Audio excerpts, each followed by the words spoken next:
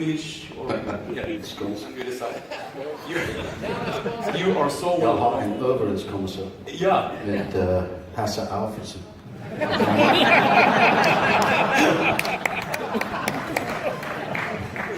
Jag måste vara Bob Lindemann.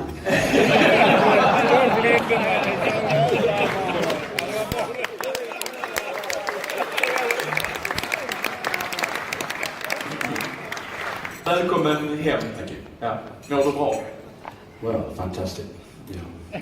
I came back 3 years ago when Richard organised Bob's Corner in the stadium, and that was a great experience. But this one, even better. Vilken kväll vi hade för 40 år sedan nere i München. Yes. Och vi ska prata lite om den, men samtidigt också så startade din resa i Malmö FF redan 1974. Ja.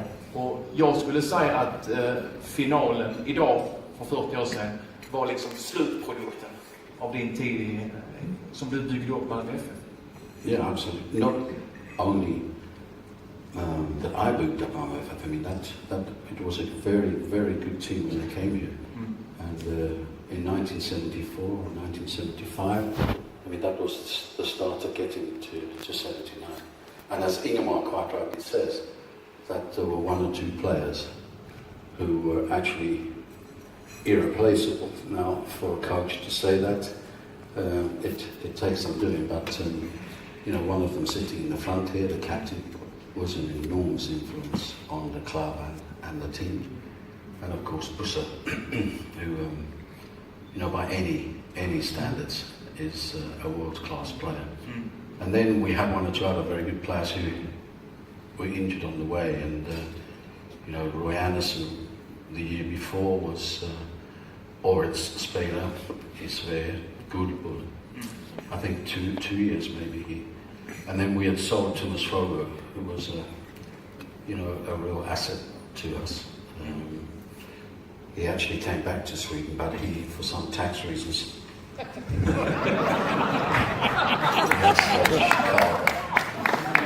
and then of course we had Staffan injured the day before. Puskas jumped on his foot. So, but that's a lot of irreplaceable players. But then you think of what the replacements did, the young ones, and that was something to be really proud of.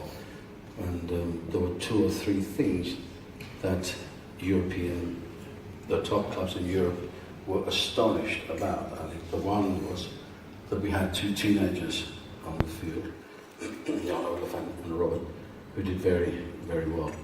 And the second thing was that we had a team there that was all born in Malmö, and actually, Jan Olaf was a little bit up. Anyway, you know what I mean? They were all from Skåne. And also that some of the players were still working. And it was impossible to convince people out in Europe that was the truth. But that was the truth, and it was a remarkable journey. När kände du att vi kan gå långt i den här turneringen? Yeah, I was just speaking to Roy Anderson about that. You know, in 1976, Bayern Munich they were the top club in Europe by a long way, and West Germany, as it was then, had won the World Cup 74. Most of their players were playing in Bayern, and we beat Bayern in the European Cup in Malmö. We beat them 1-0. Tommy Anderson scored a wonderful goal, and we were much better than them. That sounds extraordinary, but it's true. I mean, someone told me a statistic afterwards that we pressed them so much that they had 25 passes back to the goalkeeper. So that's unusual, especially when you're thinking of Franz Beckenbauer. Anyway, and really, we played a second game in Munich, and I don't say this, you know, with trying to excuse anything, but for sure, the match was not correctly refereed, and the referee was suspended a couple of years after that game. But we were, I think, 0-0 against Bayern with 20 minutes to go. And there was panic on the bench next to us. And then they scored a couple of goals that were horrendous, really. One of them by a Swedish guy, Conny Torstensson, scored the one. But even then, in 1976, I was convinced that this team, can do very, very well in Europe. The game before Bayern Munich, we had played against Magdeburg, the East German DDR. And the year before, Magdeburg had won the Cup Winners' Cup. So Magdeburg and then Bayern. That was a test for us, and we beat Magdeburg. And we beat them in Magdeburg with 10 men. Thomas Froberg had en hjärnblödning of leaving. So we played with 10 men. And we still got to beat them in a penalty shootout. And Jan Muller, I think he's gone already, but he saved 4 penalties in that. That's a rarity. So even back then, we thought that in Europe we could do well. We always did well in the Intervju. That was very good preparation.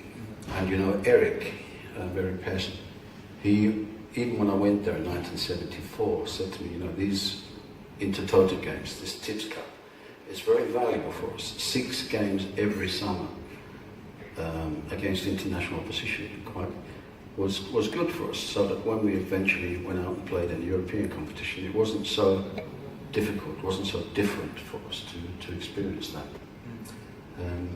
So yes, it took a while. I think from even before '74, Eric's unusual instelling that the club should be a Skåne club is actually a stroke of genius. Now today it's outdated, and I've spoken to people here since I've been here about that, and they say, today it's impossible. It's impossible. But I think a lot of coaches, I know Uwe is here, maybe don't understand the value of having, even if it's only 7 or 8 players, but we had 11 that are from your area and have grown up in your club, because their heart is in it. And if you have a not so good season, they're not looking to see where their next club is going to be. And if you then can bring in 1 or 2 very good players from outside, then it's easier to fit them in.